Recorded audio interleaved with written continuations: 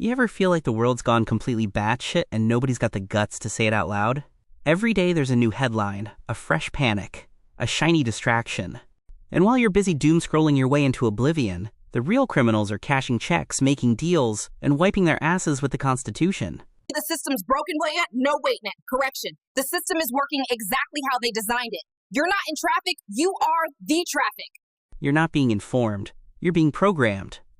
And the best part? They convinced you that you're the problem. So today, I'm going to ask the questions the news won't, the ones your government ignores, and the ones your favorite influencer's too scared to touch. I'm not here to make you feel good. I'm here to scrape the rust off your brain pan and maybe kick it into gear. Because when the lies start sounding like lullabies, it's time for a little truth with teeth. Let's get into it. 1. Epstein files release. Redacted again. Why does the government keep redacting names tied to Epstein's client list? Because those names pay for the redacting. You think the rich and powerful are going to let their names end up in the same news cycle as a pedophile island? No way, pal. The same folks flying private to massage retreats are the ones bankrolling both parties. They're not redacting for your safety, they're redacting to keep their cocktail invites. And the media? They nod and move on like it's Tuesday bingo night. Question 2. Should we be worried about AI taking over our jobs? You mean the jobs that already suck the life out of people? The cubicle prisons, the would you like fries with that, the soul-draining Zoom calls? Let the robots have them. Maybe then humans will finally stop pretending 40 hours of labor for insurance is a life well lived. They don't want to replace your job. They want to replace you, so you stop asking for weekends off. Question 3.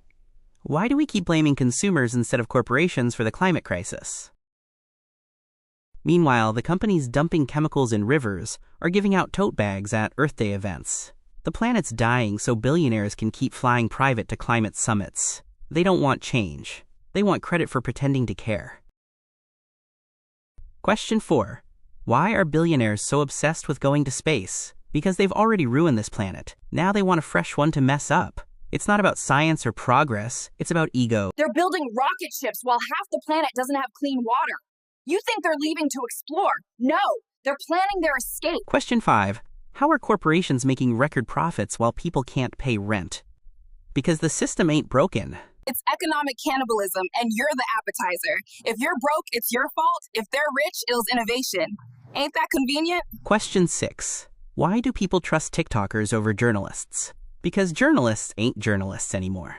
They're teleprompter parrots in suits. People would rather hear some kid in a hoodie drop truth bombs on a phone than watch some polished mannequin regurgitate a corporate press release. TikTok's not journalism, but at least it's not pretending to be objective. Question 7. Should governments provide a basic income? Yes, but they won't. Because a population with security might start asking questions. Like, why does a CEO make 300 times what I make? Why is healthcare tied to a job? Why does my tax money go to weapons instead of dental care? They want you just desperate enough to shut up and keep working. Question 8. Should tech companies decide what speech is allowed? Hell no. Tech companies don't care about truth. They care about engagement. They'll ban a nipple but leave up war crimes. They'll deplatform a comedian but promote a genocide. You gave a bunch of nerds with God complexes the keys to the First Amendment. Now you wonder why the car's in a ditch? Question 9.